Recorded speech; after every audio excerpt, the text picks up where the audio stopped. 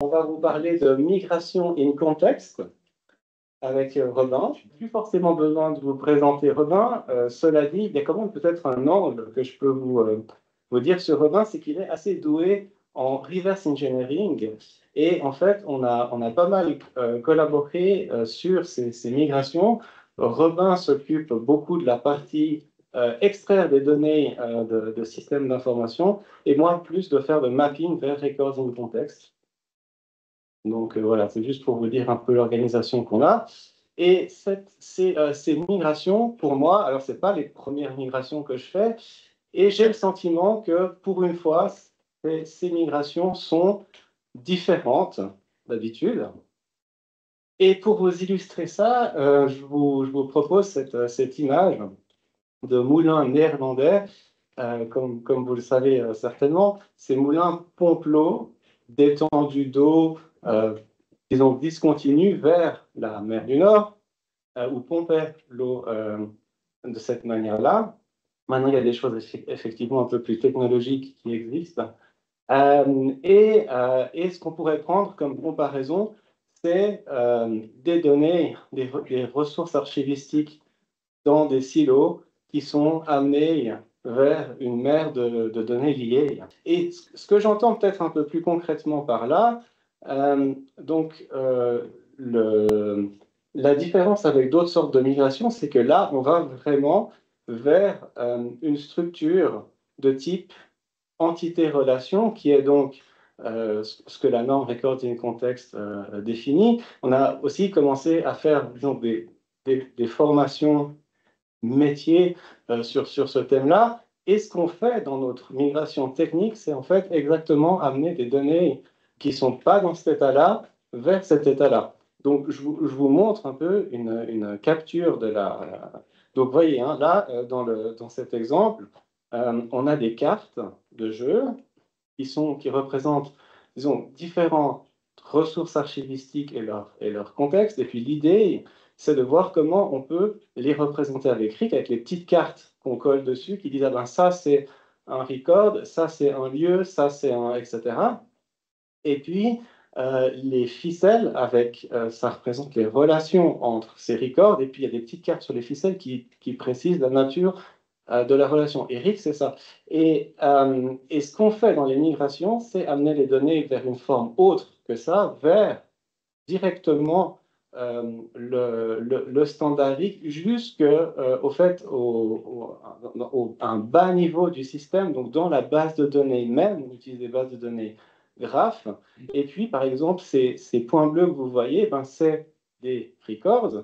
Et puis, les points d'autres couleurs, ça peut être des lieux, des instantiations, des choses comme ça. Et les relations, si vous cliquez dessus, comme les records, on peut lire directement au niveau de la base de données qu'est-ce que c'est archivistiquement. Donc, on est très, très proche. En fait, on fait une migration qui est très, très proche de la structure archivistique intellectuelle qu'on a dans la norme. Et ça, c'est différent d'avant, parce qu'avant, si on part de Scope, par exemple, c'est beaucoup de ça dont on va vous parler, parce qu'on fait beaucoup ça en ce moment, la structure de la base de données, elle a été genre faite parce que Scope a travaillé avec Oracle, enfin c'est moi qui vois ça comme ça a posteriori, hein, et du coup, ils ont travaillé sur comment est-ce qu'il faut faire les bonnes pratiques de cet éditeur de base de données. Et ça n'a rien à voir avec la structure des données comme nous, en tant que métier, aimerions l'avoir. Donc, c'est une sorte d'artefact, comme les choses sont faites techniquement, mais maintenant, on quitte ça et on représente les choses directement comme on aimerait travailler avec. Donc là, voilà, j'ai fait un petit zoom dessus. Donc cet exemple, eh ben, ici, c'est un record, et là, c'est son parent, donc un record set, un ensemble de records, et puis ça, c'est le parent du parent. Et puis là, par exemple, vous avez le sujet de ce record, donc c'est un concept, et puis ici, vous avez l'instanciation de ce record, donc ça veut dire sa matérialisation dans RIC. Par exemple, vous avez un record intellectuel, vous avez un papier, un PDF, ça c'est des instanciations. Et puis là, c'est une instanciation physique, donc elle est stockée dans un lieu qui est représenté par cette entité, donc dans un magasin d'archives, ça peut être par exemple une boîte qui elle-même va être liée à une salle ou un compactus ou peu importe. Donc, quel est l'intérêt de tout ça?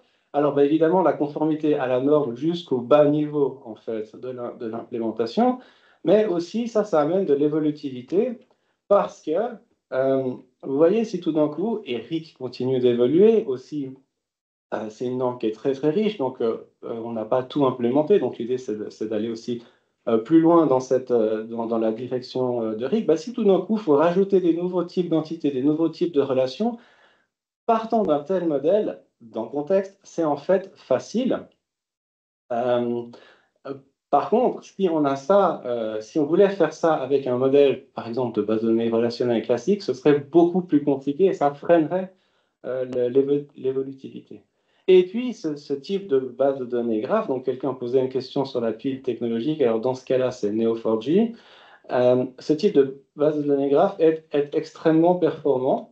Donc, typiquement, si on fait des requêtes qui prennent en compte des relations, des objets qui sont séparés par 3-4 relations, ça va être typiquement 1000 fois plus rapide qu'une base de données relationnelle qui fait exécuterait la même requête. Et si c'est même encore un peu plus de distance entre les objets, c'est la différence entre le fait que ça marche alors qu'une base de données relationnelle exploserait tout simplement. Donc ça permet de faire des choses qui n'étaient pas possibles avant. On va vous parler un petit peu plus de la partie concrète et technique derrière ce qu'on fait avec notamment Scope, en prenant un exemple concret. Pendant qu'il parle, moi on a donc relativement bien automatisé ce processus. Vous allez voir comment. Et en fait, on en est au point où, alors bien sûr, il faut régler un petit peu, configurer qu'est-ce qu'on veut faire, mais une fois que ça c'est fait, quand on clique, ça prend quelques minutes et la migration vers contexte est faite. Et donc, pendant que Robin parle, moi, je vais lancer ça et ensuite, je vous présenterai en live ce que ça donne. Donc, je clique là et puis, vous voyez, il y a un truc ici, Play, Run All. Et puis, c'est ce qu'on va faire. Donc là, vous voyez, ça tourne. Et puis maintenant, Robin va parler. Et quand il aura fini, ce sera terminé. Merci Yann. Donc moi aussi j'ai participé à ça, hein. C'est pas Yann qui a tout fait. Pour que ça marche en un seul clic, il y a beaucoup de travail. Mais donc comme l'a évoqué Yann, c'est un travail en collaboration. Euh, on prend des données depuis des sources, différentes sources. Alors comme on vous l'a dit, euh, bah voilà, il y a beaucoup de gens qui ne veulent plus conserver Scope et qui cherchent à migrer vers d'autres outils et donc on leur propose cette migration vers contexte. Donc on a beaucoup travaillé, on travaille encore sur des migrations scope vers contexte. On travaille aussi à base évidemment d'export d'atomes. Euh, L'objectif aussi c'est de faire une bibliothèque. Donc ce que vous voyez en vert au milieu, c'est une bibliothèque Python qui est utilisé pour faire la migration. Donc ça, c'est quelque chose qu'on exécute une seule fois, puis après, une fois que les données sont dans le contexte, ce- ce- ceci n'est plus impliqué. Et puis, on a bah, évidemment des gens qui ont des inventaires sous format Excel. Donc là, il faut qu'on puisse les prendre en charge. Et il y a aussi l'outil que vous connaissez peut-être qui s'appelle Spark. Et il y a aussi bah, voilà, des gens qui ont des, des descriptions dans Spark et il faut les exporter. L'approche qu'on a choisie et qu'on va vous montrer, c'est souvent on demande des exports au format CSV. Donc les exports au format CSV, on les traite ensuite en Python. Ce que Yann disait, ce qui est le cœur du travail, c'est aussi de mapper. Donc on a un champ dans Scope, à quel endroit on va le mettre dans le contexte. Est-ce qu'on doit le transformer ou pas? Et puis, une fois que tout ça est exécuté, on génère des fichiers textuels en format Turtle et qui nous servent directement d'import dans contexte, dans Neo4j. Donc, parce que c'est des formats qui sont nativement compris par l'outil de base de données. Juste pour vous parler un peu plus de Scope. Donc, Scope, ça, c'est à peu près la seule documentation qu'on ait sur le modèle de données de Scope, ce qui est déjà pas mal. Alors, les gens qui me connaissent savent mon confort avec l'allemand. Donc, il a fallu que voilà, moi, j'apprends du vocabulaire un peu moins courant. Euh, et du coup, voilà, on a ce genre de choses, mais ça, c'est, on va dire, un élément de documentation. Mais ce que nous, on reçoit, c'est ce genre de choses. Donc, en fait, on a un export un fichier CSV par table dans la base Oracle, par exemple dans le cas de Scope. Et bon, vous pouvez voir qu'il y a quand même des logiques. Et alors, c'est souvent des acronymes ou des mots qui sont raccourcis, mais on peut quand même comprendre que telle table est liée à la gestion des images, par exemple, ou à la gestion des traits. Et puis, c'est ensuite, à travers ces données, l'exploration de ces données et la remise en relation de ces données qu'on va pouvoir reconstituer les données, puis ensuite les mapper pour aller vers contexte. Donc moi, je me suis occupé de ce mapping-là. Très vite, on a développé des outils pour, par exemple, avoir des statistiques, dans le cas de Scope, des, voilà, des types d'entrées. Donc, on voit le nombre de descriptions, de descripteurs, de contenants, le plan de classement et ce genre de choses. Les gens qui connaissent Scope savent qu'il y a la notion de champ. Donc, c'est quelque chose qui peut être très important. Il y a des champs qui sont livrés avec le logiciel qui sont plus ou moins adaptés, mais il y a aussi beaucoup de champs qui sont ajoutés a posteriori. Donc ça veut dire qu'on doit travailler d'une certaine manière pour pouvoir nous adapter. Donc c'est pour ça que le mapping est fait au cas par cas.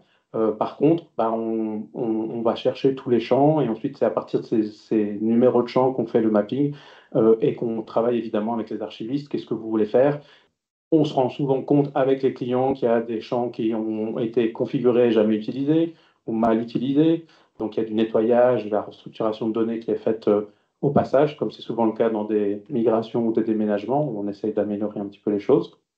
On détecte par exemple les thésaurus. Donc ça, c'est tout un ensemble.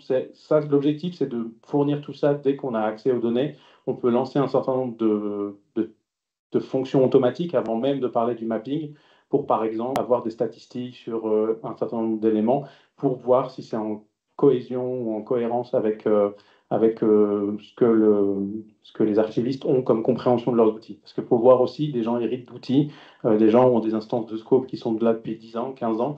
Il est tout à fait possible que les archivistes qui soient là n'aient vu que 1 ou 2% de ce qui est présent dans l'inventaire et dans les unités de description. Donc évidemment, des fois, c'est aussi une découverte pour eux, les éléments qu'on peut faire remonter au moment de cette migration. Ça, c'est pour vous donner un exemple. Quand on prend, donc, bah, vous voyez là, on tape dans une table qui est la table des unités de description. Et puis, vous avez à gauche la colonne, donc le nom enfin, le label de l'information, et à droite l'information. Puis vous voyez, bah, voilà, on a un certain nombre de données, il y a des valeurs des dates, il y a des valeurs textuelles, il y a des entiers, donc qui correspondent certainement à une information qui est dans une autre base. Donc, c'est là où moi, je fais le travail, un peu comme Yann disait dans Henri, qu'on fait le travail de faire des liens. Bah, là, dans le logiciel qu'on développe, dans ce script Python qu'on développe, bah, je travaille à faire les liens et en fait à faire de la rétro-ingénierie de comment fonctionne Scope pour pouvoir ensuite en extraire les informations qu'on a besoin enfin, qu'on cherche à migrer et on veut placer dans le contexte. Donc c'est la manière la plus, même si ça ne semble pas forcément simple, ça reste la manière la plus simple de le faire. Et l'intérêt, c'est que la plupart de ce qui est fait, normalement, est commun à d'autres installations de Scope. Et après, on peut se concentrer sur le mapping. Et normalement, une fois découvert comment les descriptions fonctionnaient dans Scope, comment fonctionnaient les contenants, on n'a pas besoin de le redécouvrir à chaque fois. Et puis, juste pour vous montrer un peu le résultat qu'on obtient, donc là, c'est ce qu'on appelle dans Python un data frame. Donc, on utilise la bibliothèque Panda. Euh, et puis, bah, on voit là maintenant les informations qui sont structurées dans un format intermédiaire, qui est un format dans Python. Et puis, vous voyez, on a une colonne avec notre scope ID. Et puis ensuite, vous voyez des colonnes avec des numéros entiers. Et ces numéros entiers correspondent en fait aux champs qui ont été configurés dans Scope. Donc, le champ, alors ce qui est pratique, c'est que tous les champs au-dessus de 10 000 sont les champs configurés personnalisés. Et puis, une fois qu'on a ces informations-là, Yann peut vraiment dire, bah voilà, moi dans ces données-là, je prends telle colonne, telle cellule, et donc c'est un peu comme si on avait une sorte de mini tableur en Python, et puis on peut aller chercher les données, et puis ensuite aller les placer où on veut dans le modèle de données de destination.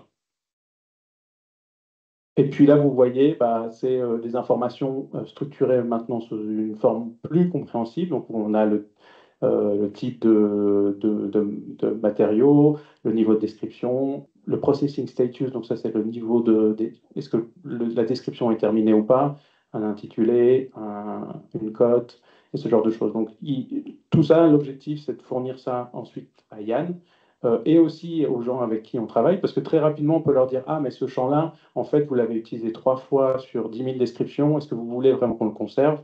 Ou est-ce que vous voulez finalement qu'on le fusionne avec un autre champ? Et donc, c'est un outil important en fait de dialogue avec les archivistes et avec le métier de manière générale pour cette migration. Parce que ce qui est sûr, c'est qu'en général, nous, on ne connaît pas les données. Et aussi, on s'est rendu compte que ils connaissent souvent pas non plus toutes les données parce que c'est très complexe. Et puis, il y a beaucoup d'archivistes qui ont pu travailler de manière différente, où il y a des données qui ont été importées. Donc, il y a des fois des problèmes de cohérence de données. Et c'est justement une migration qui permet de corriger ce genre de choses. Et puis, je pense que Yann voulait commencer à parler du mapping. Ouais. Voilà, donc du coup, sur la base de ce que Robin vous a présenté, je pense que ça, c'est un des éléments cruciaux parce que c'est là où ça commence à, disons, vous intéresser, vous, archivistes. On a mis au point, alors ça, c'est l'exemple pour Scope, une structure qui permet de dire comment, en, disons, 2 pages, la migration doit être faite. Donc en gros, là, vous voyez, à gauche, c'est le nom en fait de la définition dans le contexte d'un objet qui est basé sur RIC. Et puis, ce qui est à droite, par exemple ici, le titre, hein, c'est on va prendre dans Scope le champ qui s'appelle 1 sur la base des données qui ont été donc, digérées avant. Et puis, on peut faire ça pour tous les champs, mais on peut aussi dans certains cas, prendre plusieurs champs et les fusionner dans le même champ. Et on peut aussi, des fois, prendre un champ, comme là, le set qui est utilisé plusieurs fois, et le séparer dans plusieurs champs. Et ça, c'est possible parce que pour chaque ligne, on peut préciser une fonction qui va retravailler les données. Puis on en a déjà défini un certain nombre de standards. Donc, en gros, avec ce mapping, on peut dire, ben voilà, pour tout ce qui est du domaine des records, on va prendre ces choses-là dans Scope et on va les mettre là-dedans, en les fusionnant, en les splittant, en les retravaillant. Et puis, on va faire ça pour tous les différents types d'objets qui existent dans Records in Context. Donc, ça, c'était les records ressources, mais après, il y a la même chose pour les instantiations. Et puis, si alors oui, il y a encore peut-être une chose par rapport à ça. C'est que la différence que je disais tout à l'heure avec le moulin, c'est que vous allez dire, OK, ça passe disons, d'une structure où c'est un code numérique à une structure où c'est un code textuel. En fait, c'est juste une migration, mais la différence là, c'est que dans contexte et dans les autres produits DocuTeam aussi, c'est valable pour Box aussi, on a ces champs en fait c'est genre ce unit title-là qui repose sur une définition précise en RIC. Ce qui fait que c'est automatiquement converti en RIC. C'est pas juste un champ où on met une valeur dedans, mais en fait, ça repose directement sur la norme. Voilà. Et puis, alors, tout ça pour dire, ben, en fait, le mapping complet pour Scope, ça se résume à ça. Donc, pour piloter la migration, en gros, le plus important, le point central, alors après, on peut faire des tas d'autres choses, mais il suffit de déclarer ça. Et entre un scope et un autre, c'est similaire. Mais comme dit, comme scope, ces champs ont été utilisés de façon un petit peu différente entre les différentes institutions, il faut l'ajuster un petit peu d'une institution à l'autre. Et vous voyez là, on dit, OK, dans cette partie, tout ce qu'on veut pour récupérer sous forme de record. Ici, c'est tout ce qui concerne les instantiations. Là, on a tout ce qui sont les concepts. Donc, il y en a plusieurs blocs. Donc, c'est des sujets, en fait, hein, l'indexation matière. Merci, Robin. Là, il y a tout ce qui concerne les lieux. Là, il y a tout ce qui concerne les agents. Donc, ça, c'est quelque chose qui permet de travailler avec les archivistes puis leur dire, ben voilà, ce qu'on est en train de faire, c'est ça, et puis ça permet d'avoir une compréhension commune de ce qui se passe et puis de travailler ensemble. Et ensuite, j'ai montré tout à l'heure, il suffit de cliquer sur exécuter. Si on change ça, ça va être directement mis à jour. Et dans le cas qu'on a ici, c'est l'exemple du World Council of Churches. Il y a quelques centaines de milliers d'objets, quelques centaines de milliers de relations. Ça prend moins de 5 minutes. Donc, ça permet d'itérer assez fluidement et assez rapidement sur la migration. Voilà, donc du coup, je pense que la migration doit être finie. Donc, effectivement, ça ne bouge plus. Euh, et donc, voilà, alors ça c'est un autre. Je vais charger donc ça. Voilà. Et donc là, vous voyez, donc on voit les résultats de cette migration du VCC de Scope vers contexte, et ça c'est contexte. Donc pour vous illustrer ça, j'ai préparé quelques exemples ici pour vous montrer un peu ce que ça donne. Alors c'est pas complètement fini, hein, ce projet, il est en cours, mais c'est déjà bien avancé. Donc, par exemple, si je cherche là, dans les records, cet exemple-là, je vous en ai pris un qui est relativement simple. Alors, on voit quoi? Ben, il y a la cote. Ici, on a un champ en lecture seule qui est laquelle on conserve quel était l'ID dans Scope, parce que c'est une trace importante, ça a été longtemps dans Scope, donc l'idée c'est de garder ça. Aussi, s'il y a besoin d'y revenir dans le futur, on peut utiliser ça. Donc là, on a dans ce cas-là utilisé, donc les formulaires de contexte sont très flexibles. Là, on a une représentation de type ISAG parce que la source est en ISAG et puis pour l'instant, le choix a été fait de rester donc relativement fidèle à cet ISAG avec quelques petits ajouts qu'on va voir. Mais voilà, là, on va vers du ISAG. Donc il y a la zone identification avec les identifiants, le titre.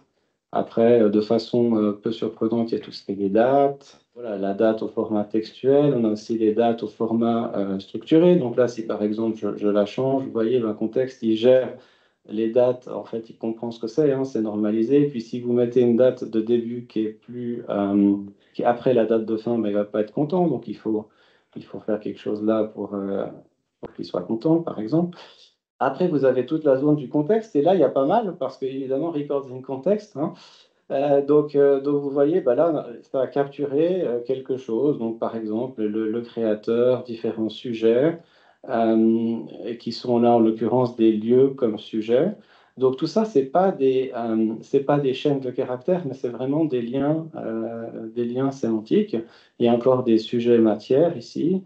Voilà. Et puis, pour vous donner une petite idée, comme ça peut devenir assez complexe si on fait beaucoup de liens, dans Contexte, il y a un outil qui permet maintenant, dans les versions récentes, d'analyser tous les liens entre l'objet courant et les autres objets. Donc, on peut cliquer là. Alors, donc, ça vous fait un résumé de tous les liens entrant et sortant de cet objet par catégorie, agent, concept, nanana. Et puis, vous voyez, c'est là. Et puis, si vous voulez sauter sur l'objet lié, ben, il suffit de cliquer et puis ça va dessus. Bon, je vais pas vous passer tout ISAG, hein, ça je pense que vous connaissez. Juste peut-être vous dire on a mis un peu de soin aussi au multilinguisme. Alors là, vous voyez, il y a deux langues qui sont taguées pour ce record. On peut en ajouter des autres. Alors moi, j'aime bien les exemples de langues un peu exotiques, comme ça. Euh, Voire même celle-ci. Euh, En fait, il y a toutes les langues ISO dedans, là, en l'occurrence. Et puis, on peut ici aussi changer l'interface de langue. On peut ici changer la langue de l'interface. Et si maintenant je mets ça en anglais, ben, vous voyez, il y a tout qui passe en anglais. Si je mets ça en allemand, il y a tout qui passe en allemand. On peut revenir au français. Et ce qui est intéressant de voir dans le contexte, là, au passage, c'est que vous voyez, quand je fais ces changements, on reste au même endroit dans l'interface. Donc il y a quelque chose qui s'appelle des sticky views. Et puis en fait, même quand vous sautez d'un record à l'autre, ça, en fait, vous vous retrouvez au même endroit et vous pouvez revenir au même endroit. Et ça, c'est très apprécié des archivistes parce que ça permet de gagner beaucoup de temps quand il y a des grands formulaires. Après, c'est aussi possible de faire des formulaires plus courts, hein. Euh, donc, un autre exemple de record. Alors, je vais chercher ça. Donc là, vous voyez aussi la vitesse de recherche dans quelques centaines de milliers d'entrées. Si je prends celui-là, je vous l'ai choisi parce que il a donc de l'importance matérielle. Je vais remonter un peu.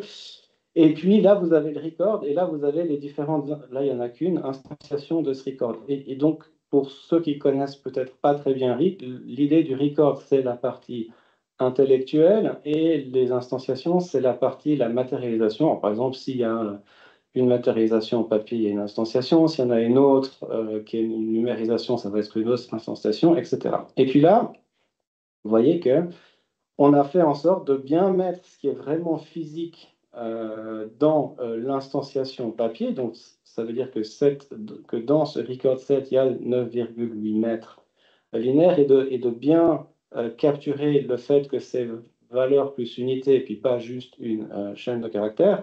Mais on peut aussi avoir des instantiations intellectuelles. Alors là, après, c'est une question de débat. Hein. Qu'est-ce qu'on considère comme intellectuel ou pas? Ça serait que dans la migration. Hein. Mais qu'on peut dire que voilà, c'est séparé en 103 lots ou boîtes ou unités. Donc on aurait pu aussi mettre ça du côté matériel. Hein. C'est une question de vue de l'esprit à un certain point. Voilà. Alors un autre exemple, c'est celui-ci. Donc je vais basculer sur une autre migration qu'on a sur un contexte qui est en ligne. Là, je ne l'ai pas en local, mais c'est juste pour vous illustrer un peu mieux les possibilités liées aux associations. Donc ça, c'est l'archive du musée pour la communication PTT Archive. Et puis, là, il y a souvent plusieurs instantiations par record, ce qui est nouveau avec RIC, hein, justement, ce concept d'instanciation. Et puis là, vous pouvez voir, par exemple, que celui-ci, il a quelque chose de spécial. Et ça vient de Scope aussi. Hein, donc, ils avaient ce concept de linked files et qu'on a repris. Pourquoi? Parce que là, ça sert à, depuis l'AIS, piloter qu'est-ce qui va être visible dans leur salle de lecture virtuelle qui est basée sur RIC et qui est un développement propre à eux. Mais en fait, ils ont des fichiers qui sont dans un stockage qui ne veulent pas forcément tous mettre dans le système de préservation numérique parce qu'il y a des expositions virtuelles qui sont temporaires et qui ne veulent pas préserver sur le long terme. Donc, il y a cette possibilité d'avoir une instantiation qui est en fait un regroupement de liens. Mais il y a aussi la possibilité, pour le même record ressource, là, d'avoir une instantiation physique. Et puis là, on voit que, par exemple, il n'y a pas beaucoup d'informations, mais que l'état est bon.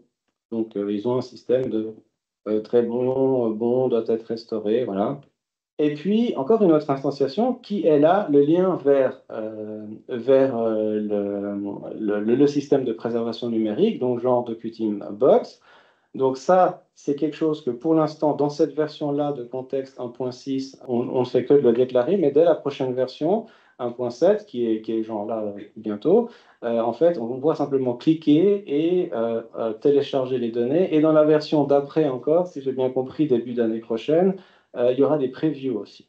Donc voilà, donc ça c'était un petit exemple sur les instantiations. Voilà, alors ensuite, je voulais vous montrer ce que ça donne derrière dans la base de données. Donc si je reprends mon exemple du VCC ici et que je prends, on va dire, la branche là, qui est assez haut hein, dans la hiérarchie, on peut aller voir ce que... Donc, je vais juste extraire cette branche-là. Alors, je vous passe les détails techniques. Un arbre. Alors, vous voyez peut-être un peu mal, mais il y a des relations. Et puis, c'est ce que je vous disais. Hein, si on clique sur quelque chose, ben, en fait, on voit directement les propriétés de l'objet. Puis, si on clique sur une relation, on voit aussi les propriétés de la relation. Ah, voilà, ça c'est la vue base de données qui représente exactement, en fait, cet arbre. Pardon, qui représente directement cet arbre-là. Et puis là où ça devient intéressant, j'en profite d'être là-dedans, c'est qu'on peut dire, ben ok, maintenant que j'ai cet arbre, moi ce qui m'intéresse, c'est les agents qui sont liés à en fait ces données. Donc qui est lié en tant qu'agent, peu importe quelle sorte, à ces données. Et donc si je rajoute, ben, donne-moi quelles sont les relations avec les agents liés à ça. Puis alors là, vous voyez, il y a les agents qui apparaissent en rose. Et puis si je commence à aller cliquer dessus, là, je dis, ah ben tiens, voilà, là, il y a une institution, vous voyez, Agent Type, Corporate Body, Mission and Evangelism, qui est au centre de ce groupe de records. Donc forcément, ça veut dire qu'ils sont très importants, possiblement les producteurs de ce groupe de records-là. Mais si tout d'un coup j'ai envie de me dire, voilà, là c'est l'intérêt de RIC, moi je m'en fiche des institutions, je veux voir les personnes ici, je peux adapter un petit peu ma requête pour dire, ouais, ok, mais donne-moi que les personnes. Alors ça fait encore un peu plus de calcul. mais là, maintenant, ce que je vais voir, c'est vraiment des personnes. Donc, si je clique sur celui-là, voilà, il y a en fait, alors, je vous l'agrandis un peu. Voilà, il y a cette personne, un révérend, qui est vraiment au centre de ça. Ici, il y a quelqu'un d'autre. Là, voilà, c'est plus que des personnes. Et puis, du coup, si je prends par exemple celui-là, ben, en fait, ça va être possiblement quelqu'un d'important parce qu'il est au centre de pas mal de records. Et puis, on peut aller voir en fait qui c'est, hein. C'est assez intéressant pour naviguer dans l'information. J'avais déjà été. Puis en fait, si on ouvre, on voit que, ah ben tiens, surprise, c'est quelqu'un qui a fait des contributions majeures dans le cadre du VCC. Voilà, donc c'est un peu pour vous montrer comment c'est derrière la base de données, concrètement. Et puis, alors d'autres choses, si je reviens à l'interface classique de contexte, ici, je vais chercher quelque chose d'autre. Alors, j'ai choisi une petite quantité de records pour que ce soit plus visible, en fait. Voilà, là, je sélectionne une branche. Et puis, ce qui est intéressant maintenant avec Context, c'est que si vous voulez travailler ça et puis que vous avez quelque chose à faire en série, vous pouvez utiliser le mode grille. Voilà. Et du coup, une fois qu'on est dans le mode grille, on peut après prendre le contrôle clavier et éditer les records qui sont dans une branche très rapidement. Donc après, il suffit en fait de mettre entrée et on peut taper et entrer et on peut taper et entrer, etc. On peut taper. Donc ça permet de travailler de façon efficiente et ensuite, quand on est content, on peut soit tout enregistrer, soit pas. Et de même, quand on est sur une branche ou sur un record, on peut exporter, importer des choses. Et dans l'export, évidemment, il y a plein de sortes de formats, dont EAD pour ce qui est exportable en EAD, mais surtout YARIC. Donc voilà, ça montre que ça, en RIC, ça donne ça, donc en RICO en l'occurrence.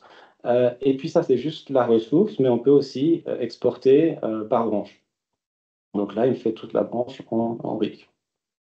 Voilà, donc peut-être juste maintenant quelques exemples qui vont un petit peu plus loin. Comme j'ai que 5 minutes, je vais les passer vite. Donc en fait, ce qu'on peut faire avec contexte, on ne pouvait pas forcément faire avant. Donc, c'est donc effectivement pas mal de relations entre les choses. Et je vais vous prendre l'exemple des agents, mais c'est vrai pour toutes sortes de choses finalement.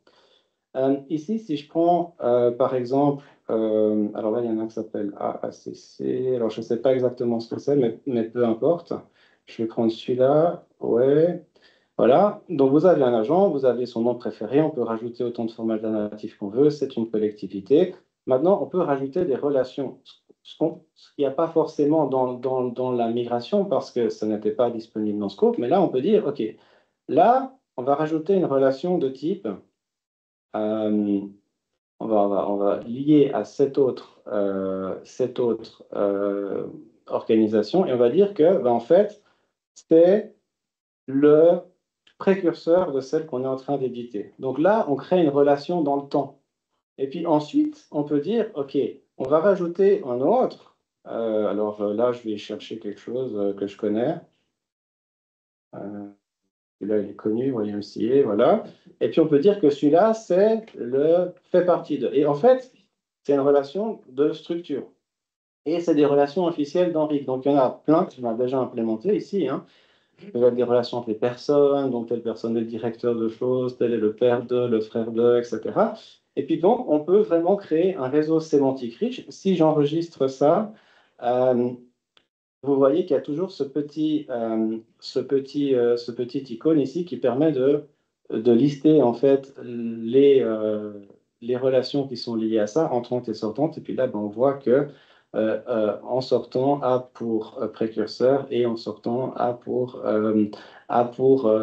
disons que partie au-dessus, quoi. Voilà, donc c'est pour vous montrer ce que le contexte amène de nouveau. Dans le genre aussi, la gestion des emplacements. Donc là, ici, vous avez l'exemple d'une boîte. Et puis cette boîte, vous voyez c'est un contenant, une boîte, elle est dans une pièce. Donc là, évidemment, hein, on peut aussi, voilà, c'est pas juste un texte, hein, c'est un lien. Euh, mais ce qui est intéressant, c'est ce petit icône ici qui permet de voir ce qu'il y a dans la boîte. Et donc, ça permet, c'est le même principe que l'autre que je vous ai montré, mais appliqué à regarder ce qu'il y a dans les localisations. Et là, vous voyez qu'il y a beaucoup de choses dans cette boîte. Et là, on tombe sur un système où on peut trier, où on peut filtrer. Par exemple, là, je peux dire, j'aimerais avoir seulement ceux qui sont de 2020. Et puis, en fait, ou faire une sous-recherche dedans. Et après, en un clic, on peut aller sur la ressource ou les ressources qui nous intéressent. On peut aussi exporter en Excel. Alors, vous voyez, la vitesse, l'export est déjà fait. Voilà. Pour vous montrer un peu, une fois qu'on a fait la migration, ce qu'on peut faire avec les données. Une dernière chose, dans la recherche, on peut faire une recherche libre comme ça. Et c'est le même principe que ce que je vous ai montré avec les conteneurs. C'est partout le même principe de recherche. Donc, vous voyez, c'est très rapide. Puis ensuite, on peut de nouveau filtrer. On peut dire, voilà, contient 1983, et puis ensuite trier par titre, etc., et exporter ou pas. Voilà. Donc, ça vous donne un peu un exemple de comment on peut migrer les choses dans ton texte. Et puis ensuite, une fois que c'est dans ton texte, un peu comment ça peut se passer. Pour gentiment boucler la présentation, euh, des différents projets qu'on a fait, tu voulais le reprendre ou... Ouais, ouais. Donc merci Yann. Donc comme vous avez peut-être remarqué, on en a profité pour vous montrer aussi des nouveautés sur l'outil en même temps qu'on vous parlait des migrations. Ce qu'on a retenu avec Yann sur les maintenant quelques migrations qui sont en cours et sur lesquelles on travaille, les choix technologiques qui ont été faits permettent en fait qu'on puisse itérer rapidement. Donc c'est-à-dire qu'on peut facilement faire des nouvelles migrations. Donc si les données ont changé, imaginons un service d'archives dit ah, bah, pendant la migration, on va avoir finalement un civiliste qui va faire du nettoyage de données. Donc, on va vous donner les données dans 3 mois, puis on vous les redonne aujourd'hui, puis on vous les redonne régulièrement. Bah, nous, si le mapping n'a pas changé, on peut relancer, ça prend quelques minutes, on recharge les nouvelles données, et du coup, ça permet d'itérer rapidement. Et on s'est rendu compte aussi que c'était important de rapidement montrer les données migrées, en fait, parce que c'est très difficile de se projeter dans un outil. Là, bah, on a fait donner des exemples d'archives dont les archivistes sont présents dans la salle, donc ils reconnaissent leurs données, mais c'est difficile quand ce n'est pas ses propres données. Donc l'objectif pour nous, c'est de rapidement, alors peut-être avec un premier mapping qui n'est pas du tout complet, de faire la migration. Et ensuite, les gens disent, ah oui, mais ça ne ressemble pas exactement à ce que j'attendais, et puis on corrige comme ça. Et ça, c'est aussi lié aux outils en fait, qui nous permettent de travailler rapidement. Et c'était vraiment un choix. Et en fait, une fois qu'on a fait les premières itérations, ensuite on affine, et c'est ça qui va prendre du temps, évidemment, d'affiner le mapping. On l'a dit plusieurs fois, c'est l'occasion de faire du ménage. Et bah voilà, c'est un peu comme toujours, on peut toujours faire plus de ménage, amener les choses de manière, mettre plus de cohérence, mais ça peut prendre du temps pour nous, mais aussi du temps pour les services d'archives. Donc c'est quelque chose qui peut être un piège, on va dire, même si c'est nécessaire. Et souvent, c'est le meilleur moment pour le faire. C'est plus difficile de faire ce genre de choses a posteriori que de le faire au moment d'une migration où on a vraiment le contrôle sur tout et on peut vraiment facilement redispatcher tes données. Voilà, ce qui est important, c'est que on va étendre évidemment cet outil pour intégrer de plus en plus de sources de données différentes. La manière dont on a conçu l'outil avec Yann va permettre que des nouvelles sources de données ne changent pas grand-chose. On va continuer de se focaliser sur le mapping après les premières itérations. Et voilà, on veut prévenir les gens, c'est pas parce qu'on clique et que ça prend 5 minutes que ça sera simplement 5 minutes de travail. Malheureusement, ça sera un peu plus de travail et ça demande aussi du travail pour les services qui veulent migrer parce qu'on leur pose beaucoup de questions. On leur dit, mais ça, qu'est-ce que c'est? Qu'est-ce qu'on en fait? Où est-ce que vous voulez qu'on le mette? Est-ce que vous voulez... évidemment, ça demande du travail côté service d'archives, de prendre des décisions. Est-ce qu'on garde? Est-ce qu'on garde pas? Un peu comme du papier finalement. Est-ce qu'on garde ou est-ce qu'on garde pas? On en profite aussi au moment où on fait ces migrations d'inventaire des archives. Oui, c'était juste pour vous montrer une capture d'écran de scope à gauche et puis ce que ça donne une fois qu'on est dans contexte. Et puis voilà, on va à la slide de conclusion. Donc si vous avez des questions, on est évidemment à disposition avec Yann. Si vous avez envie de faire des migrations, on est encore plus à disposition pour en parler. Très content de pouvoir vous montrer. On remercie évidemment WCC et PTT de nous avoir autorisé à montrer une partie de leurs inventaires pour pouvoir vous montrer le travail en cours qui est presque terminé. Mais voilà, c'est le presque qui est toujours un peu compliqué. Mais l'objectif, c'est que ça soit terminé d'ici la fin de l'année dans les deux cas. Et donc, on a vraiment déjà une très grosse partie des données qui ont été migrées. Merci à tous et à toutes.